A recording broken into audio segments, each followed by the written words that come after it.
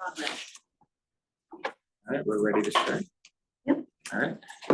Just to let everyone know, Melinda couldn't make it today, so I'm filling in for her today from the vice chair position. And we now call this meeting to order. First thing we need to do is there anyone in the room or online for public comment? Let's look. Nope. Very good. All right. And Bionath, as always, thank you for preparing these notes. They're helpful. Couldn't get through it without you. So next up is to do roll call. And so I will start. Bruce Dickinson here. Chris, is it Aos or Ios? Aos is great. Aos Here, thank you. Dave Bachman. I'm here. Yep.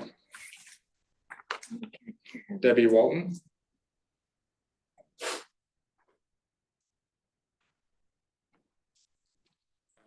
Dina Casterone. Gina Briggs. Haley Purdy. Here. John Epstein, Yes. with no name tag. Michelle Lucas. Here. Yeah, we can't hear you. you. Here. There we There we go. go. Then Kimley Crewy. Len Bell's not here. Nathan Teskey. Nina Stafford. Paul Cummings. And myself, I am present.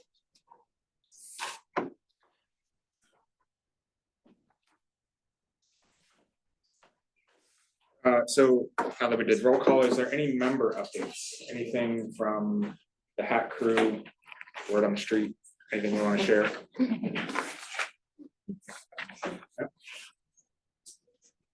But I can share, HUD announced $44 billion cut coming likely. I don't know if you're going to be talking about that later, but that was a big announcement this week.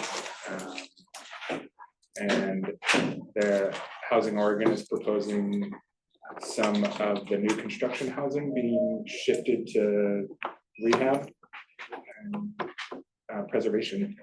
Don't know much about that. Just seeing if anyone's seen any of that proposal. We have a state level. At state level, yeah. Just, I'll keep an ear out for it. I heard a little mumbling about it yesterday. Okay, so no updates. We're moving on to Molly Rogers and the executive director report. Great, good morning, everyone. We have a lot of staff here because we're going to talk about budgets. We're going to have a lot of staff touch about budgets, touch on their parts of budget. First, I'm really excited to introduce, we have a new face in the room. We have a few new faces, but in particular, I wanted to introduce you all to our new Deputy CFO to Housing. We've got Ryan Bonsbach, who has just joined us a couple weeks ago. So welcome, Ryan. Ryan's already making a difference. This group is our subject matter experts when it comes to housing policy. So you'll see a lot of Ryan. Ryan joins us from the federal government. No surprise. We had several.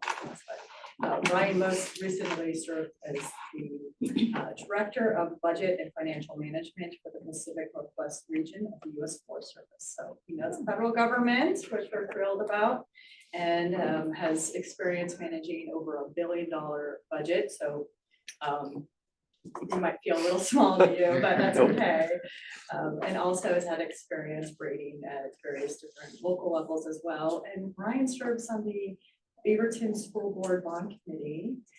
So also an expert in bonds, financing, helpful, and is really committed to his local community and volunteerism and all that at Tualatin Hills Park and Recreation District, and already has made a difference in leading our FAB team. So we are so thrilled to have Ryan join us.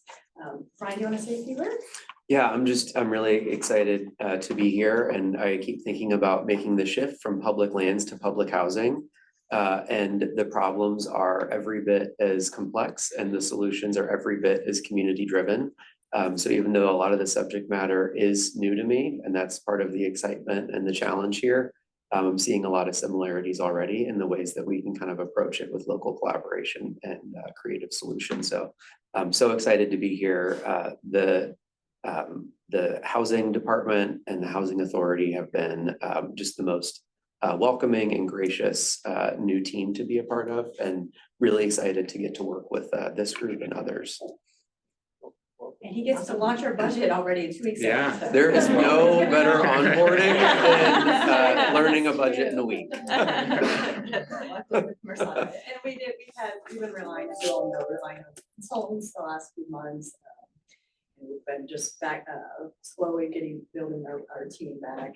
And within that, we're also been building up our development team, real estate development team. And so next month, we'll introduce you to Brian Yarn, our latest hire on that front. That was part of the director's update packet. But he comes to us with experience, master's in real estate development, and also worked at the Portland Housing Bureau. So we're getting to benefit from all these jurisdictions where people are wanting to make a new opportunity. So we are going to talk a bit about our budget in a moment, but I would be remiss if we didn't talk a little bit about Trump's skinny budget, is what they call it, which feels like you should be on a diet, but really it's about inflicting his, obviously values around defunding government. We've heard that that budget is technically dead upon arrival. From the advocates, we were at DC recently for a Moving to Work conference, and we were also been talking a lot with our local Housing Authority Association partners. It's a signaling, we believe, of where, obviously the president is wanting to indicate where he's just zeroing out certain programs like CDBG and home, which, had bipartisan support for decades upon decades. And so we know we will see some level of reductions. We just will not know until October, November. People are saying it'd be likely. We'll see if it's even likely they'll even pass a budget on time. But until then, what we do know is that we are at a continuing resolution level, which is current fiscal year funding levels. What's been a little bit wild is we're getting our funding coming in at a little bit higher rates than we were before, at a little bit slightly higher proration rate. So we're like, is this the lull before the storm? We don't know. But we are going to take full advantage and get those resources out to the community. The other area that co-chair Kane mentioned is the state budget is also looking equally as challenging, with the new forecast coming in way lower than they were hoping, looking like $500 million less than what they were budgeting at the government level. On the revenue side. And yes. Yeah. And a lot of, apparently the requests for about $2 billion worth of requests now are going to fit into $500 million of revenue. So they're going to have to make some, even the governor is going to have to make some reprioritization. And we've been lending our support with this committee and indicating we still want to see some investment in preservation and development for affordable housing. So it's going to be some interesting times. Let's see, we will bring back in June an update on that legislative session. A lot of things are falling out. And then a lot of us, like I said, air out of the oxygen around the revenue forecast. And then next we will, so yeah, a lot of uncertainty. But next week, we are going to present our Q3 outcomes to our Board of County Commissioners, focused on our voter approved measure. So welcome any of you to listen in on that Q3 update, because we continue to make tremendous progress in our Metro Affordable Housing Bond projects. along with our partners, and of course, our supportive housing services measure, which has continued we're in year 5 of implementation and close to building out that whole system. So I just want to make a few updates because on the affordable housing side, we've seen just in those last few months some great openings, kind of exciting openings come to life. I think we might have mentioned last time, but also I'm mentioning again, there's the Altura project, which is 75 units in Beaverton. They had a grand opening in March, which is really cool. Just keep that was with Bridge Housing, and then of course Plan Beck Gardens, 116 units in Tualatin. They just got their TCO, temporary certificate of occupancy, sorry, back in February. So they're already like in the middle of leasing up. It's one of the largest projects I think SEPA's ever done, and by far the largest in that little nook in Tualatin when it comes to affordable housing. So someone I think commented that it looked like you have someone clearly with U of O and designing the project because it looks very green. And then 2 other projects that are we're working towards is SEPA's other project is Woodland Park. There will be 63 units in Tigard. They're gonna they started construction at the end of December, so that's exciting.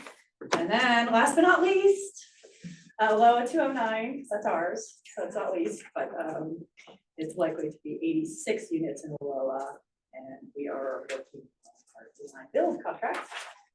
Building out that team. And how do you build along a really busy road with families in the back and a wetland on the other side of the back. So it's always new challenges for housing development.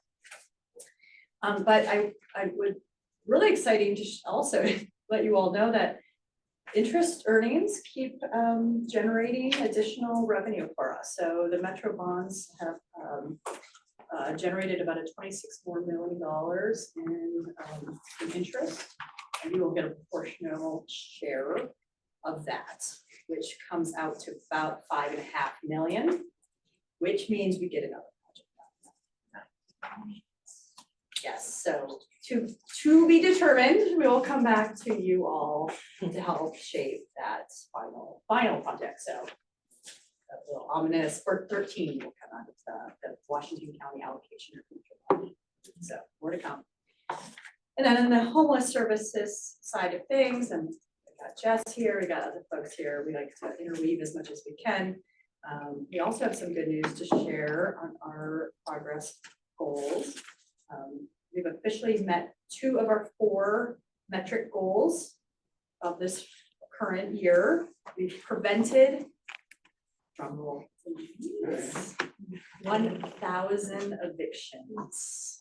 And we have supported the opening of 385 shelter beds. That's great. And that was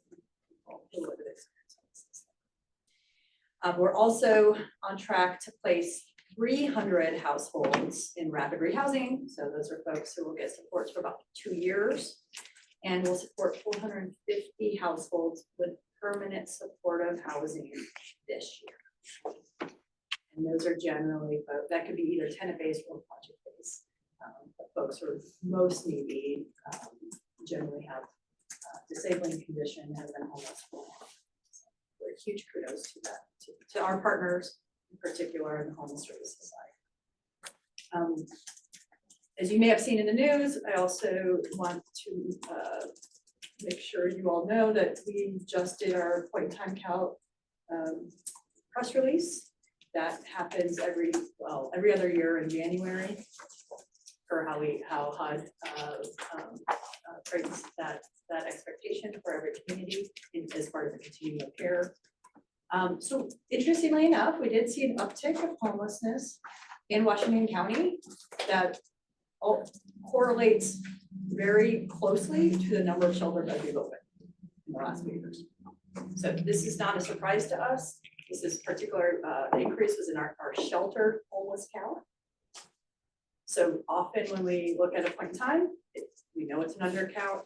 We know that people are being counted, literally, it's an enumeration of who folks we can see and count on that day. And then if they're in a shelter, generally it's a reflection of how your shelter system has been built out.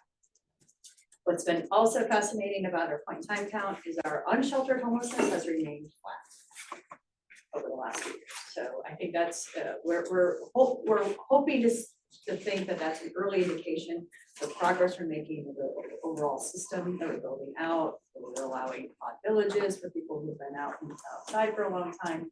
We have other means for people to come inside. So we think we're not alarmed by seeing an uptick of shelter homelessness. We actually think that means our system is working. And then we are seeing, and then the other sort of piece to that, which is also fascinating, is when we see the number of chronic homeless, folks who are chronically homeless, the subset of that larger count, we have seen a little bit of an uptick, but we're also have more opportunities to find people who are facing homeless, who've been out there for a long time. And when we cross tabs people who were counted last year and where they are now, 70% of them have been moved to or some kind of housing solution, which is huge. That never would happen without the support of housing services. So it just, sometimes you see a number and it's easy to draw conclusions, but we wanted to draw down and dig in a little bit deeper and try to better understand some of the nuances, if you will, of what those accounts really. You may have seen some news and all that, and but we're trying to just make sure that what we're comparing our numbers, just for your all awareness, Washington County, Clackamas County do the count slightly differently than Multnomah County, and you guys might have seen that they've done more of a binding list kind of approach of their dashboard of their numbers. So we're not going to just, our numbers aren't comparing exactly methodologically to their numbers, and just wanted to share that for awareness. It's easy to draw conclusions, that's all. So we're trying to do that. Yeah, and so with that, I am going to bring it back to the chair. Sure. Go chair. Thank you. Any questions or comments from anyone in the room or online? Oh, Melinda. Hi, Melinda. I hope you're feeling okay. Hi, guys. Thank you.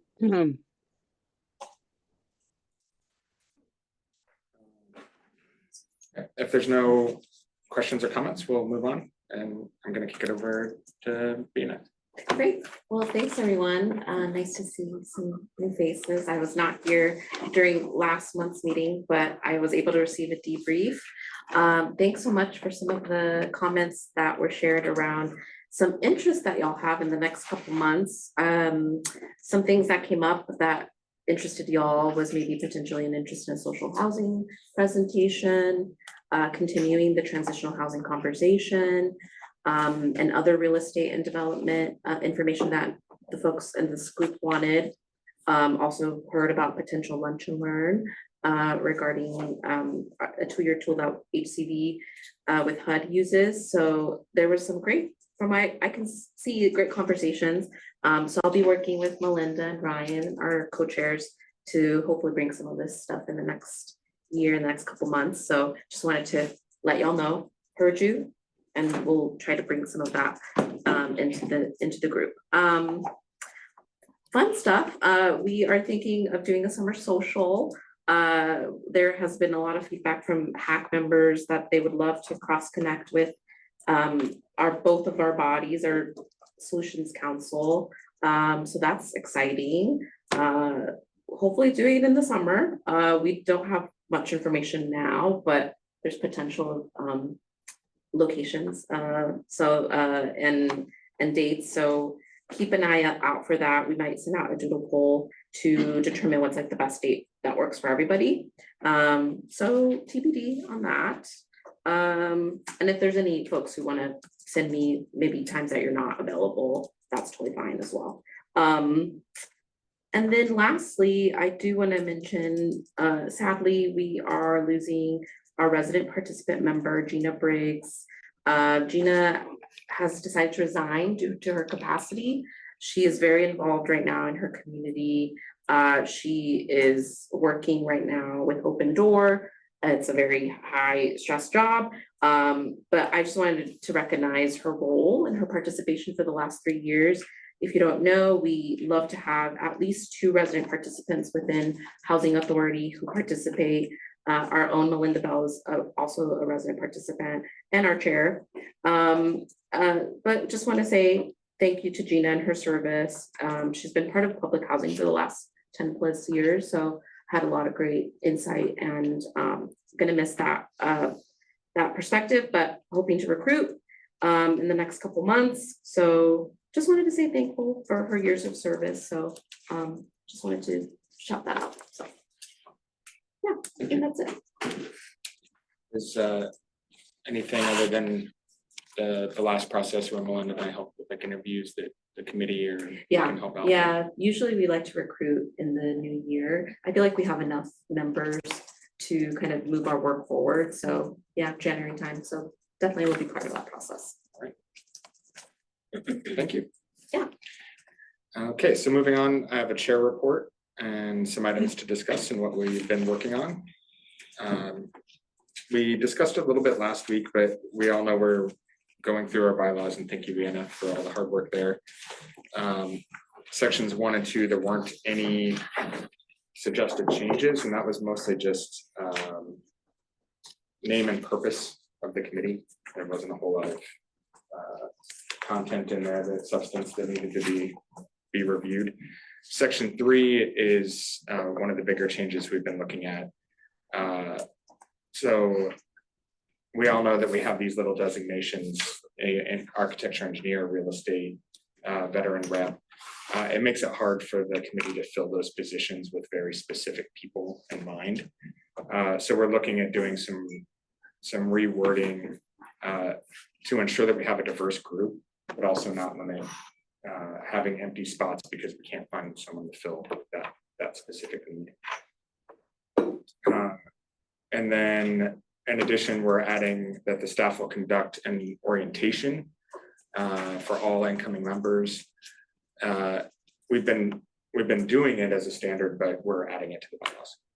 And we also hope to add compensation for some members that attend that could really use it, taking time out of their day. We feel like it's appropriate for especially the lived experience people in our organization. And then we're going to move on to section 4, which goes into detail about the officers. And as always, if you'd like to have access to the bylaws and read them and give input, just reach out to BNF. They're one of Melinda, right? All right, and lastly, we worked with the staff. We discussed it a couple of meetings ago and approved being able to send out some letters of testimony to support some of the House bills and the Senate bills that were out there. And thanks to Melinda and BNF, especially when I was out getting one out the door, we supported the spending bill, the SB 5531, that focused on affordable housing preservation and housing infrastructure. And in addition, supported bond allocation bill SB 5505, which focused on building new affordable homes and rental and home ownership through the LIFT program, and building new units of permanent support housing as well. And the HAC's guidance on sort of the verbiage of that letter was repeated and submitted on those as well. And we can provide those letters as a follow-up, and we'll provide those letters as a follow-up in an email for everyone to have and submit for record. And so thank you all for helping us as the chairs and as a committee to get those out and support some really important bills. Hey, Brian, just a quick question. Have you got much feedback You did it outbound. I've done a number of outbounds to legislators and we're taped, so I won't talk about that feedback. Yeah. But have you gotten anything back other than a canned, thank you, Mr. Dickinson, for sending us the letter? I'm just curious. I've gotten some feedback on, like, here's a public event that you can attend and give testimony, please attend this. I've gotten some of that, but nothing specifically towards. Towards your outbound. Yeah, exactly. Okay. Any questions about any of that, bylaws, letters of support? Okay, so we'll move on to ongoing business, and I will pass it back over to Molly to provide a federal update.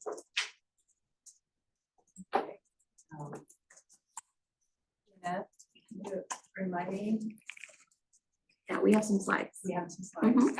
Okay, let's go through them. Martin was pulling them up.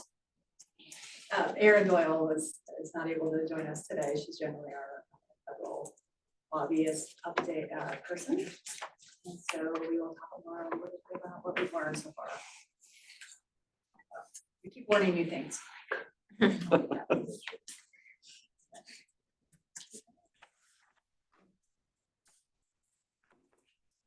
So it's been 100 days. It feels like 100 years. I'll put it that way. We have been able to mobilize internally to try to keep on many tabs as possible of the various executive orders. That was even before the skinny budget was launched. And we continue to be concerned, particularly for households that we serve who may not be fully documented, have full residency of the US. So we already serve the folks who have one member of their household is a citizen, but maybe not the full household.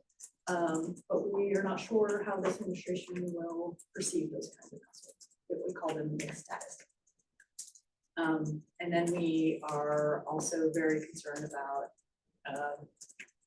literally going through every single program, through the DOGE process, and pinpointing which ones of them are focused on diversity, equity, inclusion, and or climate change. Next slide.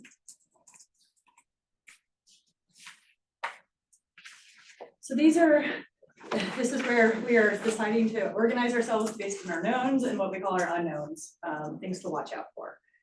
So we have, because Congress did agree, or the Senate did agree to a continuing resolution, what you will see, frankly, when we present our budget in just a few minutes is a budget based on a continuing resolution, essentially a flatline budget for ourselves.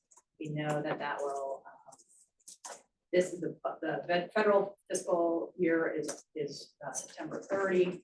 So that's partway through our fiscal year. So that's one flag for all of us is what happens to the remaining part of this. And then the other real big, devastating change is COVID. There was in ARPA, we stood up a lot of new voucher programs. One in particular was what we call our emergency housing voucher that was focused on people at risk or experiencing homelessness, domestic violence, and other factors that was making it harder for them to get into housing. That was supposed to extend through beyond the ARPA period. So we thought we had another 4 or 5 years, and they're now going to early sunset that program. So we talked about this last time. What we have since we talked about this last time, that we have had a really low attrition rate on this program, which makes absolute sense because we graded and our values showed up in this program, and it was all folks coming out of the entry got housed with emergency housing. And those are folks who are identified at that time. So it's and then so right now we have 79 households who are currently enrolled in that program, and anticipation that the assistance would go away at the end of 26. We have fabulous connections with our congressional or state folks, and Nicole is working on with other housing authorities to say, hey, we think this should be elevated at least to the state level because we're not the only ones in this boat. Home Forward has about 2,400 EHVs that they are now in the same boat. So we at least put together a request, but then the forecast came out. So we're not feeling particularly hopeful we'll get a lot of traction in this session. But we do know we have a package where we want to make sure we're getting at least the word out. We are going to have thousands of households vulnerable a year from now. We're going right back into homelessness. The state is in a really tough place because they're facing many directions of potential cuts at the federal level, the biggest frankly being Medicare. And then of course, that gets cut. It's the biggest part of the state budget. So right now they're saying they don't want to offset any federal cuts at the state level, but we want to still elevate the issue because these are real people in homes right now are stably housed that came out of housing instability. So our job is to advocate for that. We already talked about the skinny budget. Skinny budget's 43 to 44% cut of essentially housing authority, public housing, house rental assistance, and full elimination of CDBG, family self-sufficiency, which we have here, and other programs. Bruce, you have a question? What is that dollar amount? 44% of something 26 billion is is the reduction. that's the 44% equals 26 million. Oh, not Billion. Billion, sorry, Billion. yeah, my lip didn't get the B. Got it, thank you. You'll see in a second, in a few minutes, how much we're putting out in our budgets. So this would be essentially just devastating. And then, like I already mentioned, looking at two things we're hearing it could come down is what we call work requirements. So people are getting assistance. We want to make sure they are somehow contributing and either sort of working or looking for work or volunteering somehow and having some sort of community service. And these requirements kind of come and go depending on the administration, but we're generally is not something we have tracked in the past. Next slide. Nicole, do you want to take this one? Sure, happy to. Hi folks, Nicole Sting for the record. Happy to be with you and share some moments of hope. I'm gonna start with maybe a bit of the downer first and end with the upper. For those that have been tracking the House reconciliation package that did pass the House early this morning and is headed to the Senate where it will receive rightful scrutiny for what's in it. There are, we think, some good provisions still in it. I'll talk about those in a moment, but there's also some challenging things in it, including work requirements for Medicaid. While they're extending the child tax credit and increasing it, it's further restricted over who can receive it, particularly taking away that access for people that might not be with legal status. We're also seeing cuts to SNAP and work requirements for SNAP that would be incredibly devastating. They're not as bad as what was initially proposed. The SNAP work requirements will not apply to people that have minor children. So there is at least some silver lining in the package. There's a lot more in it. I think all of us are still digesting the 1,000 pages. No, I'm refreshing the news sites to see if they've added more analysis. But one piece of analysis I'm waiting to confirm is in there is some really exciting provisions of the Affordable Housing Tax Credit Improvement Act. For those of you in the know, you know that this includes necessary improvements to the low-income housing tax credit to improve how localities can use it and better leverage our own local dollars that we're investing. That is the second bullet under that first bullet there. It lowers the threshold for the private activity bond. For the financiers in the room, you know you have to pass the 50% PAB test to access the equity of low-income housing tax credits. That's been a barrier when we have so much local dollars. It means not all of our projects get to use low-income housing tax credits because our private activity bond is just incredibly constrained in the state of Oregon. But by lowering this threshold from 50 to 25%, something advocates have long been pushing for in DC, we would be able to essentially double the amount of projects that can leverage private activity bonds, further stretching how we can use our Metro dollars as well as how we can use state dollars like the LIFT program and other programs. That's really exciting news. It was in the version of the bill that was out 3 days ago, so we'll hopefully it stayed in.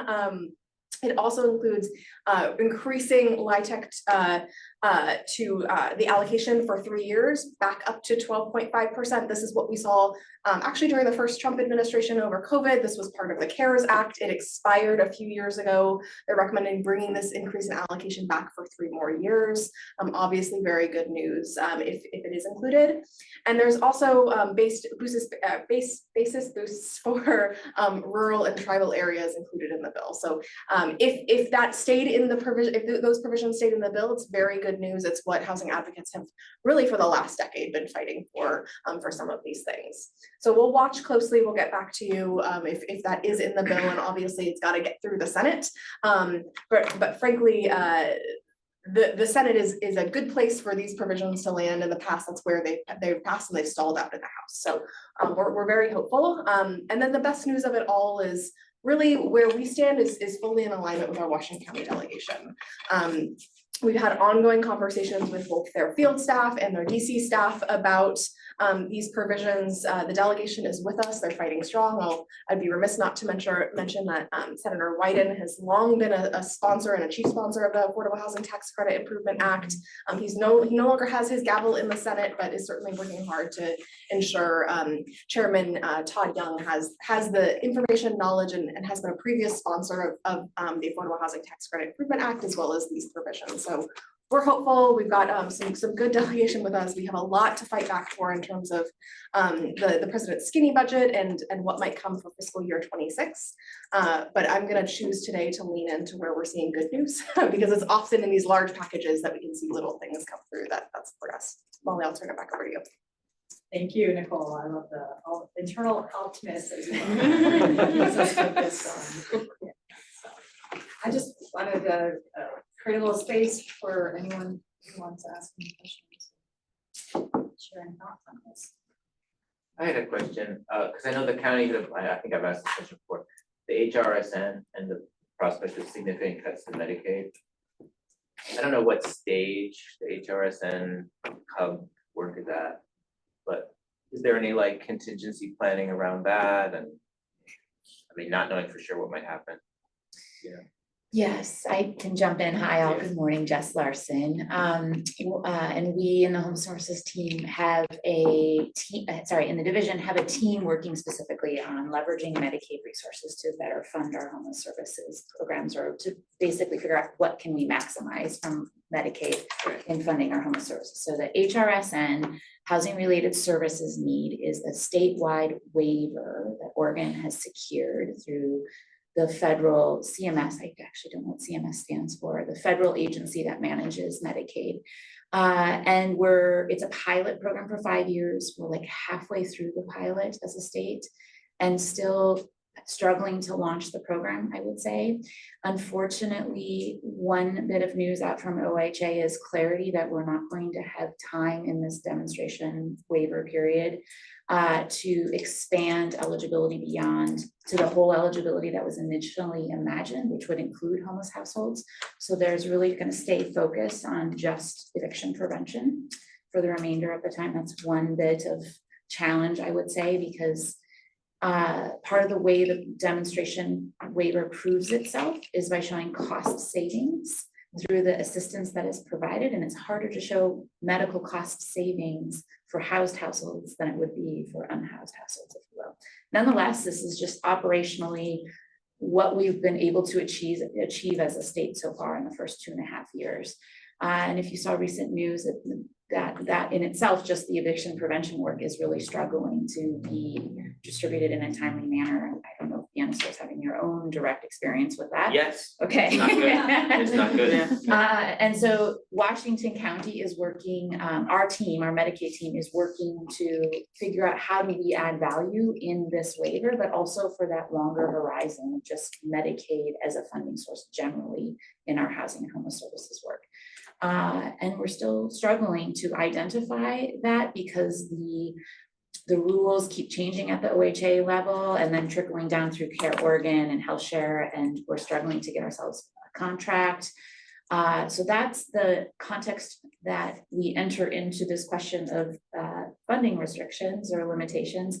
And it's kind of been indicated, wouldn't say officially, but indirectly and pretty openly, that the Medicaid waiver would be one of the first things to be reduced if we're facing statewide reductions in Medicaid funding. So they plan to see the 5-year demonstration project through. We just don't know what comes after that. And frankly, we're struggling to prove what is the value of what has been created so far. But we're hanging in there and gonna keep All right, on thank trying you. for the next Thank 2.5 years. That was a long-winded answer Yeah, I to your appreciate very it. good question. Kind of raised over climate change and the DEI. So are there more budget cuts that would come if you have to erase any trace of those things in your verbiage, or what's going on there? Well, we, as a county, we actually did a full inventory of all of our programs that have some nexus to DEI or climate change. And then from there filtering to which have federally are funded. So the county, and actually county council is not here, but they're, what we are hearing is it's more playing out, well, Doge literally stripped both of those programs and said we don't want to fund them anymore, but it's been, that has not particularly affected Washington County. But what is affecting Washington County is now they're putting in new language into contracts, so funds are getting appropriated, it's coming with a new contract. And they're putting in provisions of, we promise we won't do X, Y, and Z. So the county, our county commission is working with the county council and figuring out how we would navigate through that before we accept any contract. So I have more to come on that front. I don't know where they're landing, other than we'll be at that level to direct departments of what we're gonna be able to abide by. It's Like green building projects and making sure that there's diverse contracting and Yep, that hasn't been, as like I said, we haven't directly seen that level of specificity. But we do know there were some initial programs of energy efficiency that they're just no longer funding, essentially. But we never got the funds in the first place, so we didn't get defunded. There has been certain programs that was passed. So the new GRRP, I think the green building facilities is actively here. We have heard that was taught. But we never got it in the first, but we never got it. So Anyway, okay, so you're not missing out. It's affecting private sector, not public sector, like Verizon had to get rid of all of their diversity, equity, and inclusion programs in order for their merger to be approved on the federal level. It's scary. There have been a number of, we've seen in the news, number of community-based organizations or contractors, private or public or nonprofit, sorry, that had direct federal contracts that were focused on the DEI have been directly defunded. On the HUD side of things, it sounded like if that budget is approved, the biggest cuts were going to be staffing, which we've already seen, the HUD field office shut down, and then the voucher program. I don't know if we're going to be talking about that in the budget. Okay. Just for clarification, the field office is actually still on. That's good. They're not shut down yet. And many of them have taken the package. So we are down to 2 on the PIH side of the public and the affairs, down to 2 folks to process all of that. but I will say, what we have submitted so far, which is on the admin plan, and our section 18, talk about this in our presentation. Those have been approved very quickly by our HUD office. They are still extremely dedicated. They also they don't know yet. We're trying to be uber responsive right now. But there are more cuts. Yeah, it's really unfortunate because 2 years ago we were in this room and we were talking about how it's actually exciting to work with HUD because there's energy there and they were doing really good things. Yeah. I remember a very vibrant conversation that you brought to the table. Yes. Any other questions or comments? Just comments, so the last time CDBG is more than just housing, it's like an awful lot of economic infrastructure, dollars for communities.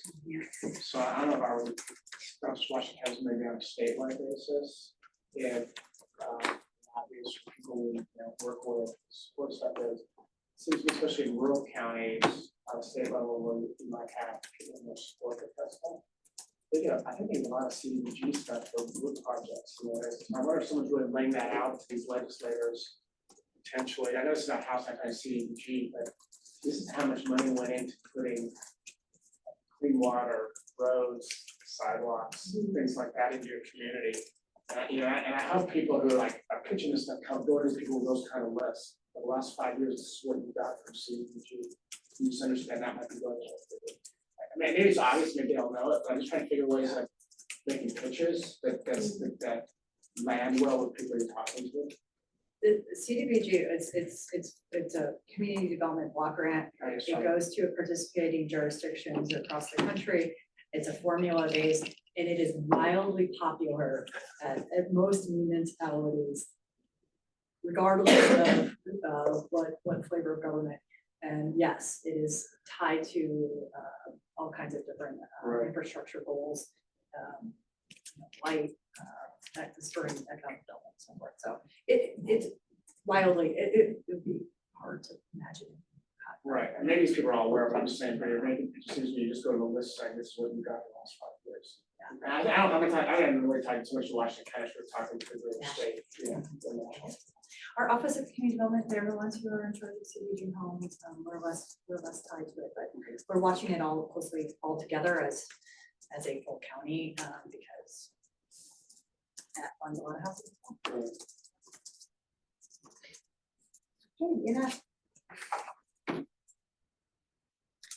Martin's gonna pull up the slides. While those slides are pulling up, I have just a quick update. I was chatting folks from OHS, and those provisions did make it into the House bill. So it looks like we need to make sure they stay in the Senate, but if so, it's the largest increase in my tech in 25 years. just need to get money. Yeah.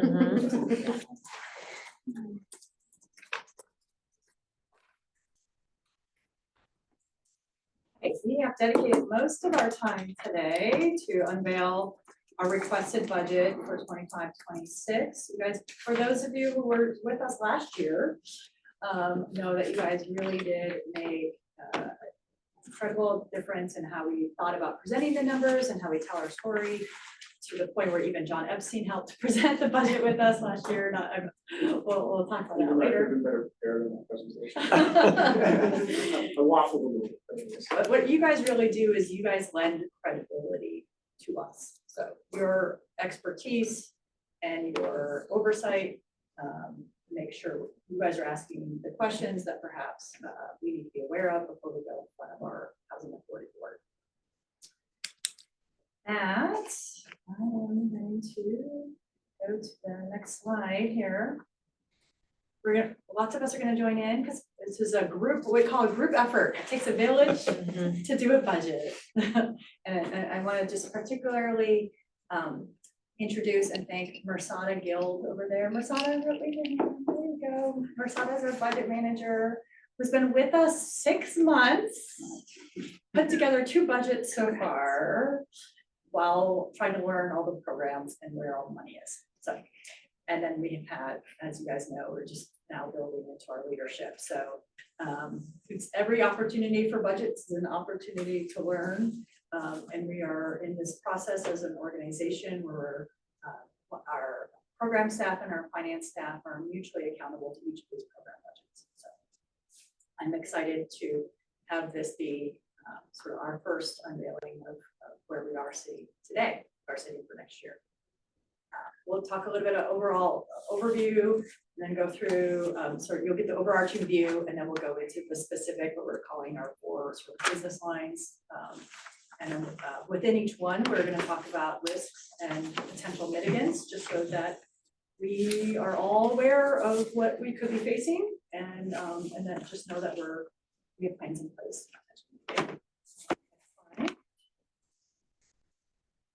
This is just a reminder that every budget does need to reflect our values and our strategic priorities.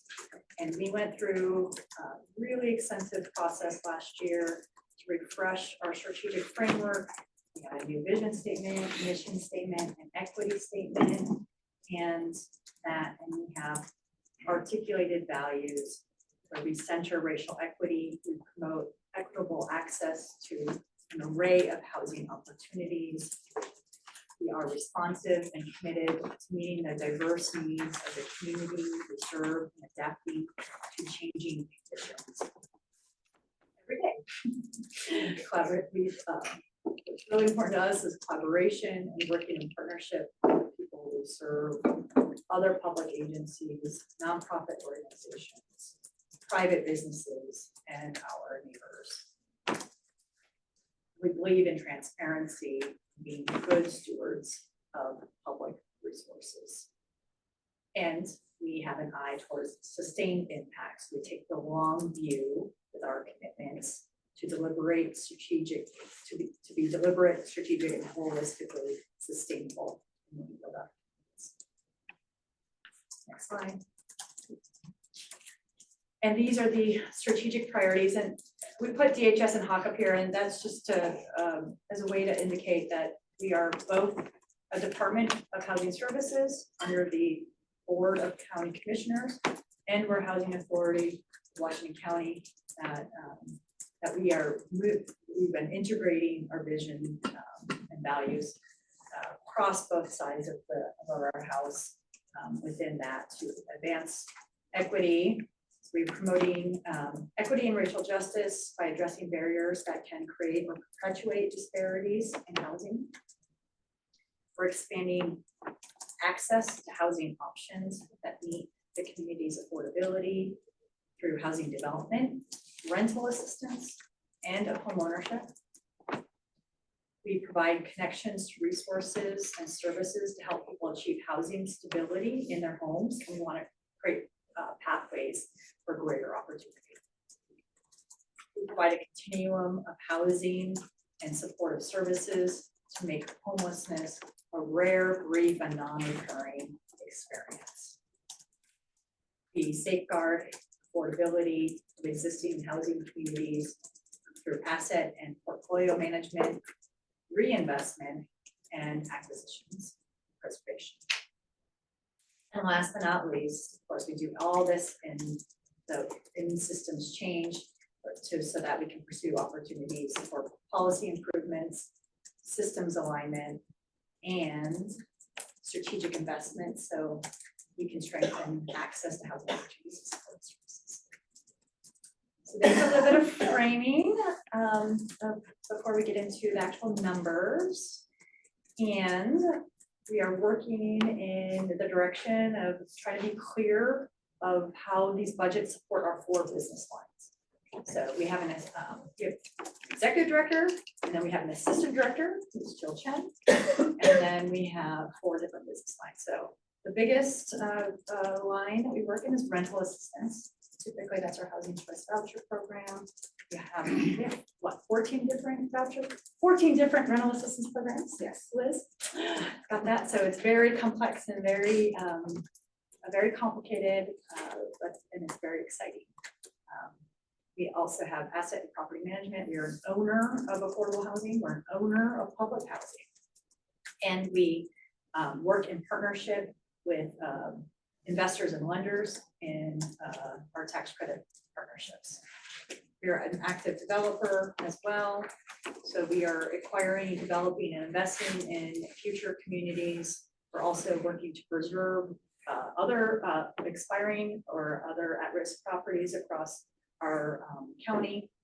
And we're in the process of disposing of a portion of our public housing portfolio, what we call Section 18.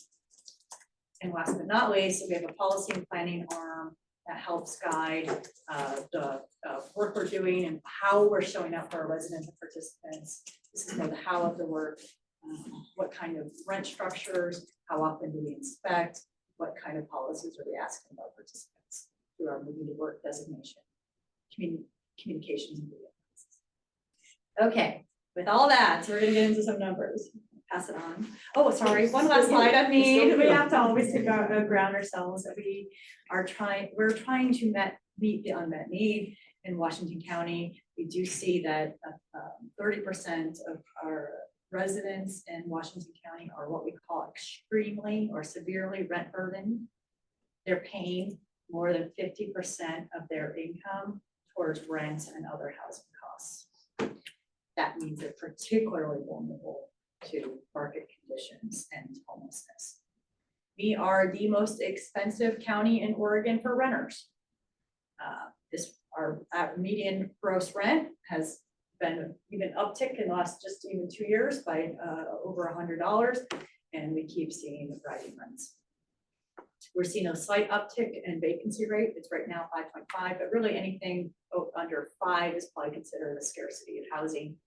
And we have seen some growth in our homeless counts, but really we're seeing a huge, but you tie that to, we've been able to serve 10,000 people experiencing homelessness in the past year. So making a real deep impact on that. Okay, now without further ado, we'll start talking about our budget. And I'm now gonna hand this over to Marcella. Okay, last time when we met, we kind of discussed about two funds, our fund structure. This is really how we budget our different buckets of money. On the left side is our Department of Housing Services. Fund 218 is our homeless services. Fund 219 is Metro Affordable Housing Fund, and Metro Supported Housing Services is Fund 221. This budget was completed and submitted in February. It just went through final stages of approvals. Today, we're gonna focus more on the right side. There is Housing Authority of Washington County, WACS. And this is the program that is collaborated in partnership with Washington County and primarily focus on housing, like rental assistance, public housing, affordable housing, and development. So next slide. So this is our Housing Authority requested budget. The fiscal year FY 25-26 goes from July 1st of 25 to June 30th of 26.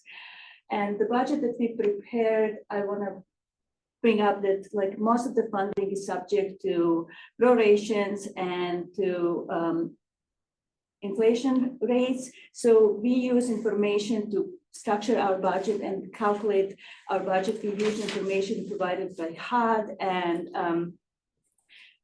affordable housing sources and focus rates. What you see on this slide is summary version of our budget, and this primary focus on revenue, expenses, and the financial impact of depreciation. As you can see, we are projecting that we're gonna be in deficit. And we're gonna be talking more about that in depth through the presentation, but just looking closely at this slide, we can see that the deficit is pretty much driven by operation side of the budget. The operating expenses are significantly higher than operating revenue. In short, our goal is to use our reserves to cover this deficit, but we're gonna discuss this more in depth again. So next slide, please.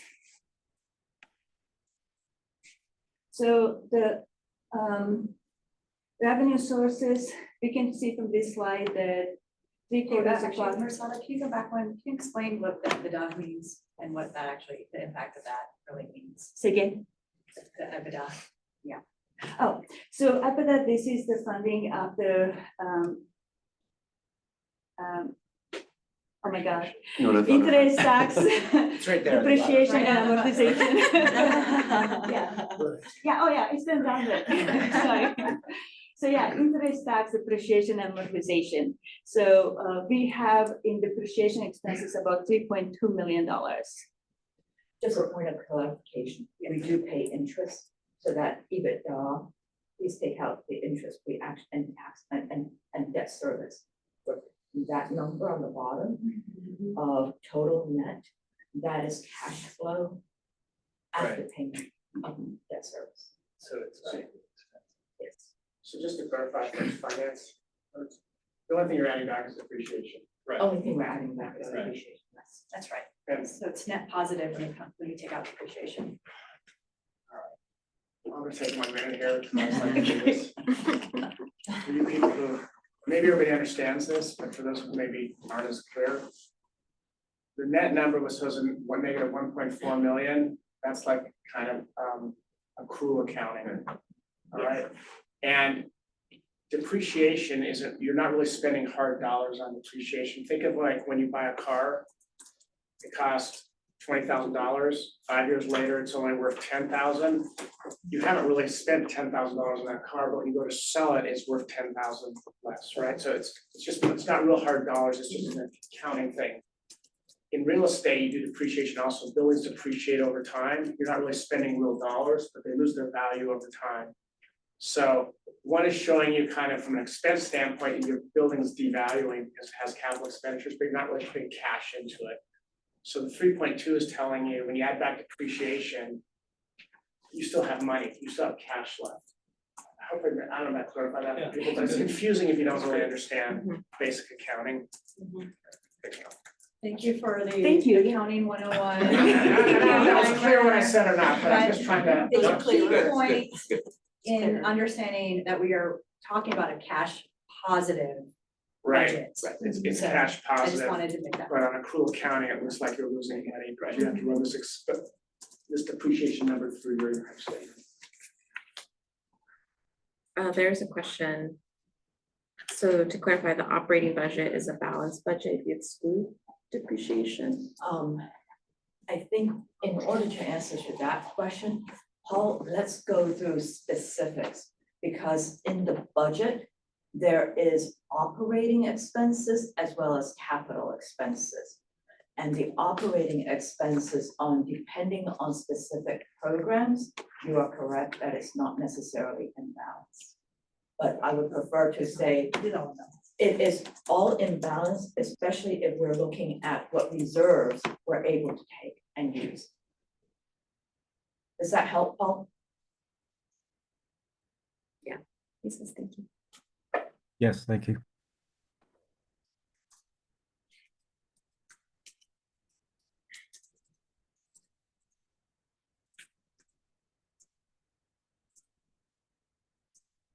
So let's talk a little bit about revenue sources. So looking at this slide, we can see that 3/4 of our funding, 74% is federal funding, and everything else it makes up 26% of our revenue.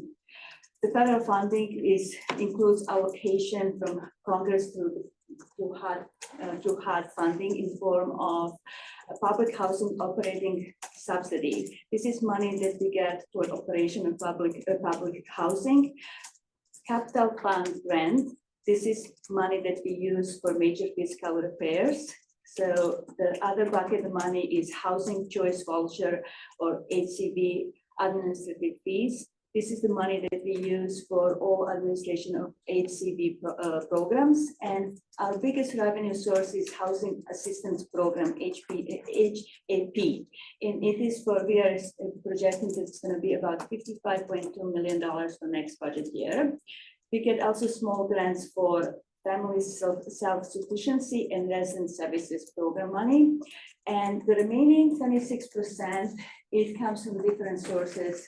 I want to point out that this ratio was different in the previous years. It was more like 85 to 15%, but the big shift going to 26 from 15% is the new transfer-based funding. That the collaboration that we are doing now with SHS, we're going to be getting funds from SHS as well as estimated proceeds from sales of our 3 transitional units.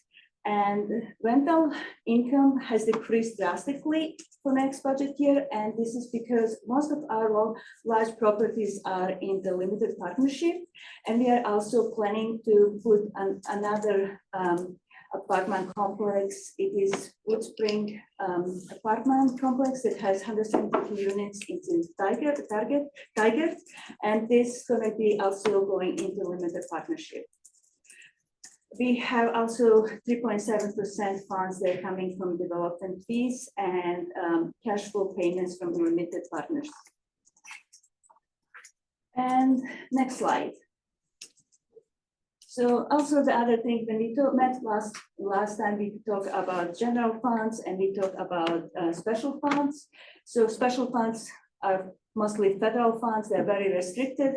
And this is where we can see this correlation between the federal funds that are very restricted, the funds that come in, they have to be spent in certain way.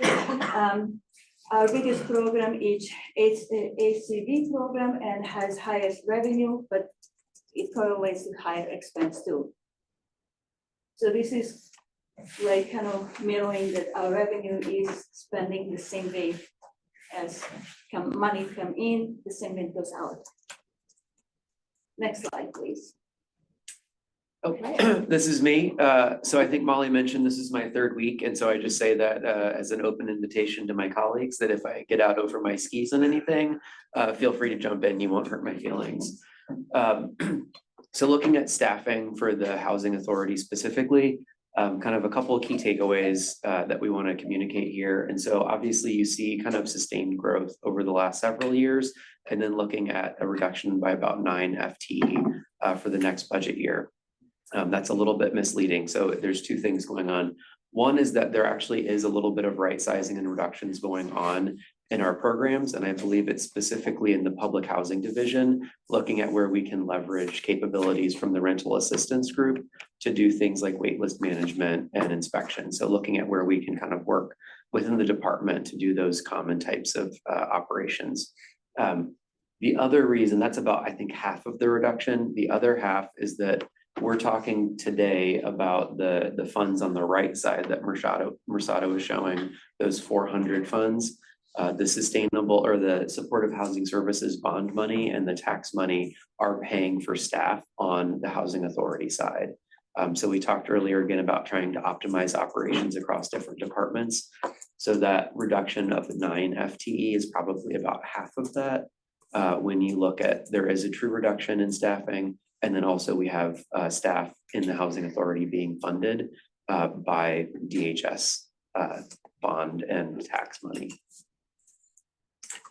We can go to the next slide. So we're going to talk more in detail about each of the programs and the budgets that support it, that we talked about those 4 business lines. We'll be having a lot of our program managers presenting a lot of those details. So we can start just with some highlights of our overall budget on the next slide. So I think the discussion that we just had earlier kind of centers around this idea that we are overall in a cash positive position when you're taking out that depreciation that we talked about. We are anticipating a shortfall in the Housing Choice Voucher Program.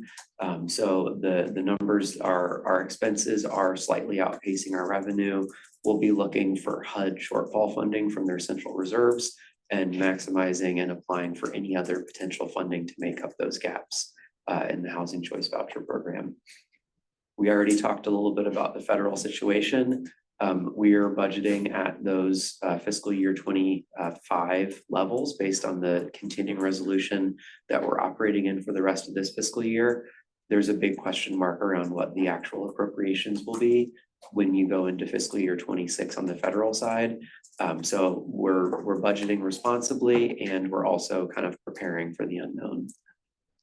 And then the last thing is in fiscal year 25-26 for Hawk, we're going to continue to improve our financial position through a few things. So one will be continuing to work through Section 18 dispositions to right size our portfolio that Jill's team is leading. And then we're also going to be expecting some developer fees coming in as some of those projects of affordable housing come online. So we've got some anticipated cash flow coming in as we continue to right size our portfolio and have a sustainable overall financial position. Yeah, real quick on the voucher shortfall, I think we have a lot of new members since we last talked about why that is. Just a quick summary of why the vouchers coming in don't cover the expenses going We out. actually do have a couple slides to cover that. Mhm. Liz here.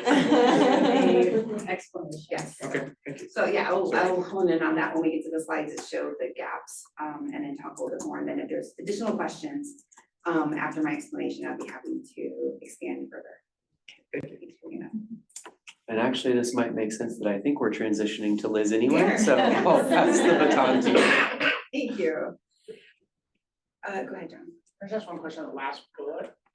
So is this going to potentially get cut? So I know in this disposition of our portfolio is going to create cash flows, right? So it might mean, I'm just a year from now, it might just mean that our capital originally, I think every now is grand, we also think that bring development things, that cash might have to be used for other things, so we get cuts. It might just cause a reallocation of this cash we expect to get in the next 24 months. It's probably gonna be I can answer that. Does that make sense like that? Yeah, it does. It does, but I think one of the questions is about the magnitude and the areas of a HUD cut. At 44%, if the HUD cut comes in at 44%, and over 75% of our budget is dependent on HUD. Right. The vast majority is related to housing assistance payments as vouchers. That's just not sustainable. Right, so I'm saying, so it's once, I know we have a short-term fix sort of, but we don't have a lot. We will have some cash, generally that cash, for just to be clear, on section 18 has to be funneled back into future projects. Right. So there are certain HUD rules So it's around not as that. flexible as I might suggest. Correct. It's general. And we are cognizant, and I think that's for your input. Right now, we are not trying to solve structural issues with too much of a stopgap approach, but we may need to get through some transition period as needed. Okay. Okay, it's a great flag. All right, so with our rental assistance programs, this number indicates our federal programs. So we have 3,400, and we do know, mentioning the emergency housing vouchers, which is up here, it's still funded through this budget cycle. So we are still counting them on there, even though our capacity was originally 89, we're down to 79, and that's just going to continue to go down. So those numbers you'll start to see those reflected in future reports coming out. With this, our housing choice voucher also includes our project-based vouchers. We do have some VASH, Veterans Affairs Supportive Housing, that are project-based as well. So when we're talking about programs and how you might see that, if you don't see project-based, which I know a lot of you are familiar with, that is where most of those are kind of incorporated into, as well as our home ownership programs come out of that bucket. So we do have like even several sub-programs in that. So as Molly had mentioned, we do have 14 programs that are assisted through the rental assistance division. And this is where we interweave with our home services team, and we're able to provide that with the additional about 2,400 to serve about 6,000 households capacity that comes through the rental assistance division. So it is really exciting to see that work for the team. If you go to the next slide. Sorry, really quick. Yes. Due to the section 18, I'm assuming you're getting tenant protection. Yes. Are they reflective of that number? Yes, because we have already been awarded those, as well as our additional 50 that we were awarded. So even though we're seeing a reduction in some of our vouchers, we actually in March were able to put online our 15 new tenant protection vouchers and our 50 new VASH vouchers into those allocation amounts. And we'll continue to monitor the notices and go for anything and everything that we can to continue to support our households. Next slide, please.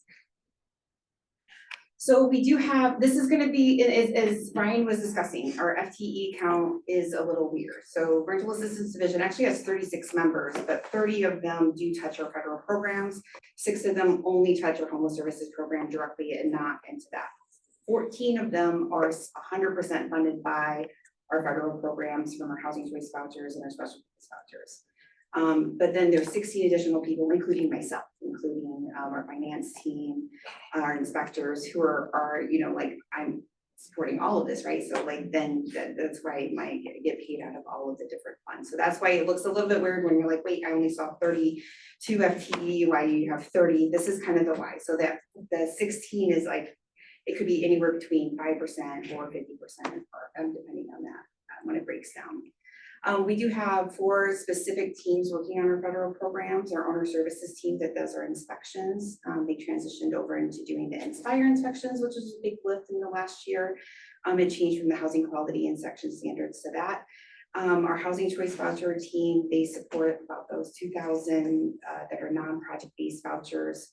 Our special purpose voucher team supports our project-based vouchers, our mainstream, our foster youth independence, our FSS, family self-sufficiency program, our emergency housing vouchers. Yes. And then our customer service team are the folks that you see when you show up here, right? They're the ones who are welcoming everybody who comes into from our community, asking questions about our programs as well as how to get assistance. As Mirsada had mentioned, we have 2 funds, our 404 funds, which is when you see that is how we're getting our administrative payments from HUD. So that is what we're able to do for operationals when it comes into it, and these are those fees-based. The 406 is our housing assistance payment, and it can only be used for housing assistance payment. So that's that 55 million that you see kind of coming through in there. So that's where our fund structure kind of changes out. Next slide, please. So this will start to help a little bit with the question that Ryan had about shortfall and then go into this. So HUD's funding does not actually keep up with the cost of the vouchers. As Molly had mentioned, Washington County is the most expensive in Oregon. Our per unit cost has been leading the other housing authorities by close to $100 for the 5 years I've been here. So it's like, and with this, we get funded based on the housing of the households that we serve. So then if we're unable to fully utilize and serve 100%, then we're not going to get those funding. So that's why we have to continue to keep that line. Ideally, with our shortfall prevention team that we're working with HUD counts any housing authority that is going to be less than 0% in reserves as in shortfall.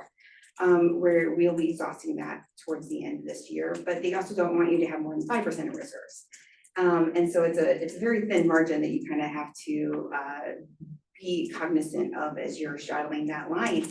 And so we are sitting at overall about 94% utilization on our voucher programs. There was a goal that HUD had for housing authorities to be at 98%, and we would never be able to meet that goal unless they increase their funding sources for us. We would love to. So that is where we'd be happy to increase our process. So as we've seen over the years, it does continue to, that deficit continues to actually grow a little bit between how much we're getting, that's the blue line, and then how much our average cost per unit. Some specific things on that with the shortfall is that if funding is out there, which they did do a notice and we will apply for that, but last year we naturally came out of shortfall. We may naturally come out again this year, but we're still going to be hitting that line, and what it means is that we are not serving people off of our waiting list. Our wait list has been stagnant, so we're not able to do that. We're only able to lease up our commitments of like project-based vouchers to those properties coming online. So we're seeing the needs that are out there, and the only way that we're getting new households being served off of federal programs is through those capacities. And we have to, right now with shortfall, we are not issuing off of that. We are keeping our payment standards to the point, so as long as people can still lease up, and people overall are having success. So we're not finding that that's having bigger impacts. The last result would be having to potentially terminate anybody off the program, and there's a process for that. We are not there, but that is down the road of the process that might have to take place. So with those fair market rents that get published, the inflation factors, all of these that we figure out one piece and then the next piece is published 2 months later, and that changes your calculation. So we are doing that continuous monitoring. Next slide, please. Real quick on that, just for my clarity, the way I understand it is you might get $1,100 to assist someone, but they can't pay more than 40% of their income on their rent, so you have to pay a higher amount to keep them below that. Is that It's very close, it's very close. So the maximum 40% is actually affordability, and that's only at when they first move into a unit.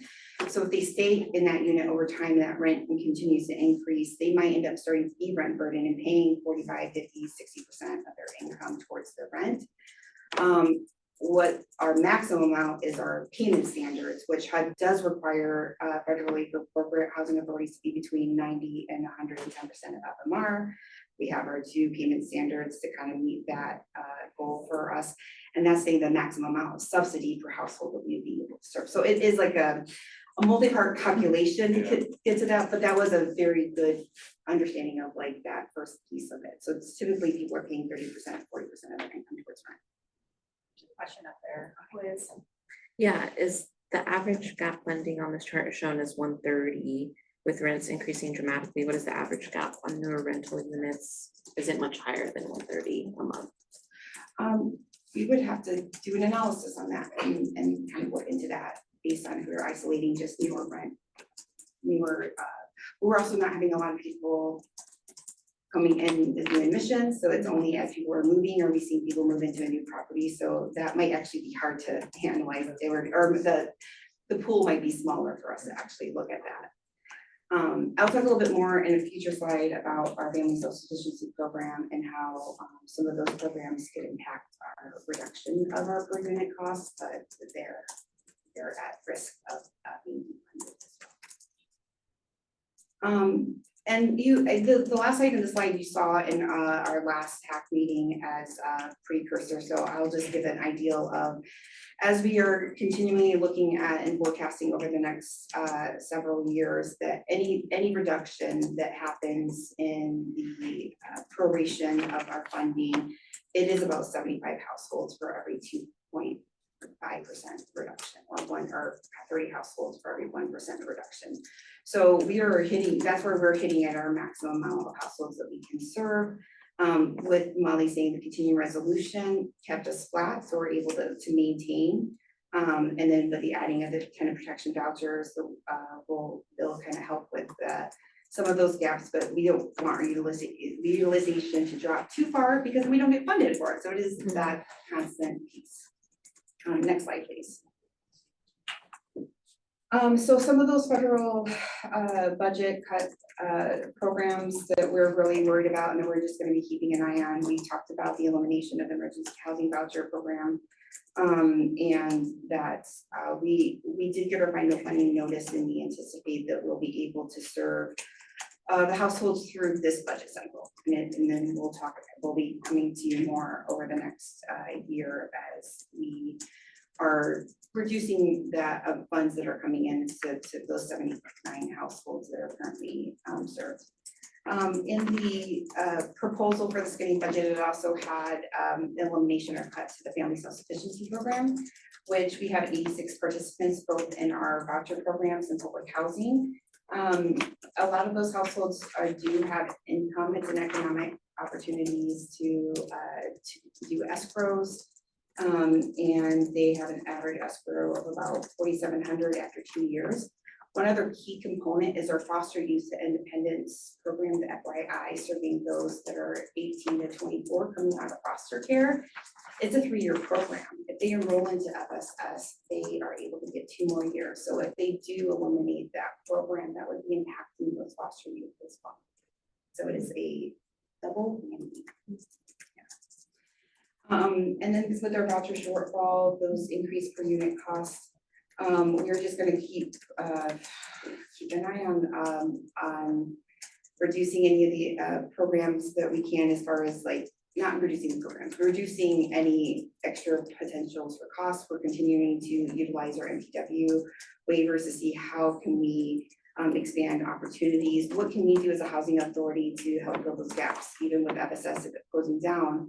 Looking at our households that have low income, what are those opportunities? And we want to make sure that we're communicating with them and doing that outreach. Sorry, and I'm gonna pass it to Jill. Thanks, y'all. I get to do the great thing of numbers. And I noticed we're a little bit running behind, so I'm just gonna go quickly through. And as Liz mentioned, the largest portion of our budget is the rental assistance, it's 55.3 million. And you'll see federal grants is that large portion, it's 54 million, and that's mostly for housing choice vouchers or Section 8, VASH, mainstream, hostel youth, FSS. So that's the payments we make to our residents. The other line items, other revenues is port ins, and we're looking at, we do have some reserve that is in order to address, was mentioned, shortfall, and we're looking to pull 1.2 million. Yes. Do you want me to save questions all the way to the end? Is that best? After each program, it might be good just to do a quick gut check. My quick question is, what's our total reserve account balance? In, we have them account by account, Yeah. or program by program. But ish. In, rental assistance is a little bit like 1.8 million. Really? And, yeah, 1.8, so we're pulling 1.2, and this is to carry us over, because we're also waiting to see what is, we understand there's some cost allocation issues, but Sure. also need to address. And is there a total reserve? I understand you've got it bifurcated by maybe business line or type. Is the total number, tell me it's 12 billion, and I don't think it is. Our total cash. Yeah. Unrestricted. According to our audits, is 21 million. 21 million. Got it, thank you. And that is mostly in. Only was billion. If only billion would be really great. Yeah, I wish I would have done the wrong way at the right time. Yeah. 21 most of that- million total reserve-ish. Yes, and most of that is, I think, in our restrict. Sure, Okay. that's great. That answered the question. Thank you. Okay. And you'll see, those were the key assumptions about what is our voucher, what's our utilization rate, and proration rate, which is what, the fire department is. Just a quick gut check. Do you guys feel like we're on the right track here?